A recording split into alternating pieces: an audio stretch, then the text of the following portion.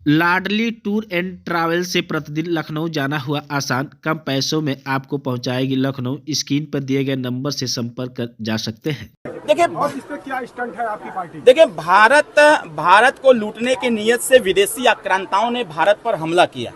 585 रियासतें इस देश में थी और 585 राजाओं को हराने का उन लोगों ने निरंतर प्रयास किया।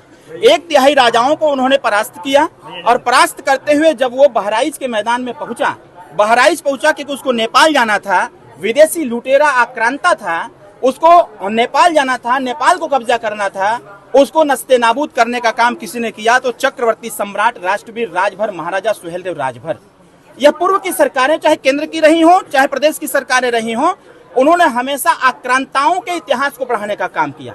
ऐसे आक्रांता जिन्होंने इस देश की माँ बहनों की इज्जत के साथ खिलवाड़ करने का काम किया, ऐसा आक्रांता जिसने इस देश को लूटने का काम किया, ऐसा आक्रांता जिसने इस देश में तबाही मचाया, ऐसा आक्रांता जिसने यहाँ की बच्चियों के साथ बलात्कार किया, ऐसे आक्रांता के नाम पर किसी प्रकार का कोई मेला नहीं लगना चाहिए। सुहेलदेव भारतीय समाज पार्टी एनडीए सरकार का समर्थन करती है। संभल में जिस प्रकार से लोगों ने कहा कि अब आज के बाद मेला नहीं लगेगा, उन लोगों ने आपत्ति जताई। उन्होंने कहा इतिहास पढ़ो, इतिहास यही है।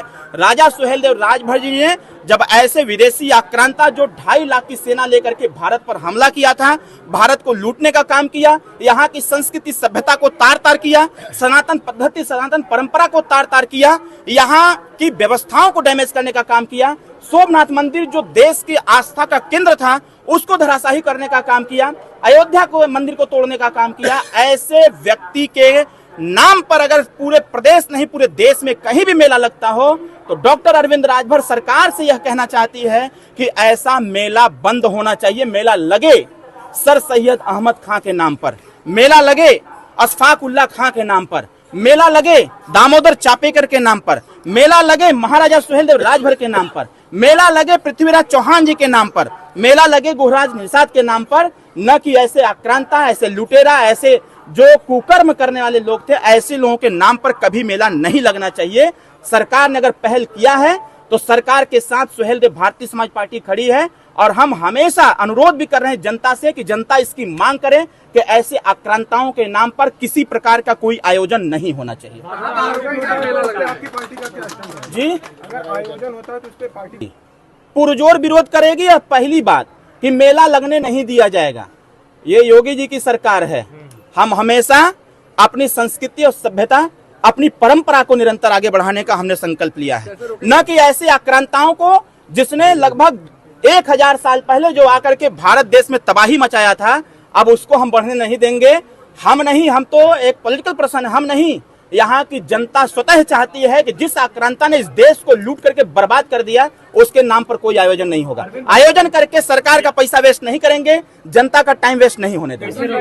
नेताजी इंदारा में चुनाव से पहले जो है कि एक बड़ा दावा किया गया था कि वहाँ पे ओवरब्रिज बन जाएगा पश्चिमी फाटक पे, लेकिन अब तक नहीं बना, जिसकी वजह से तमाम लोगों को दिक्कतें होती हैं। भैया, मेरे इंदारा के संबंध में मैंने ही बोला था, मैं फिर कह रहा हूँ आपसे, पहला ओवरब्रिज यहाँ बन रहा है, दूसरकों पर काम लगने वाला है, उसका सब तैयार हो रहा है, डीपीआर वगैरह तैयार हो रहा है। जैसे ही होगा देखिएगा वहाँ भी दिखेगा। महाराजा सुहेलदेव ने महमूद सलार गाजी का वध किया था, आज भी मेला लगता है बाराबंकी में, क्या उसको आप रुकवाएंगे? भाई साहब, बाराबंकी नहीं, बाराबंकी में अपने मऊ में भी लगता है, मऊ में, बाराबंकी में, संभल में, बदायूं में, बहराइच में। कल मैं लखीमपुर खीरी था, मैंने पत्रकारों से कहा अरे भाई देखना, जौनपुर, भदोही, मैं क्या क्या बताऊं आपको।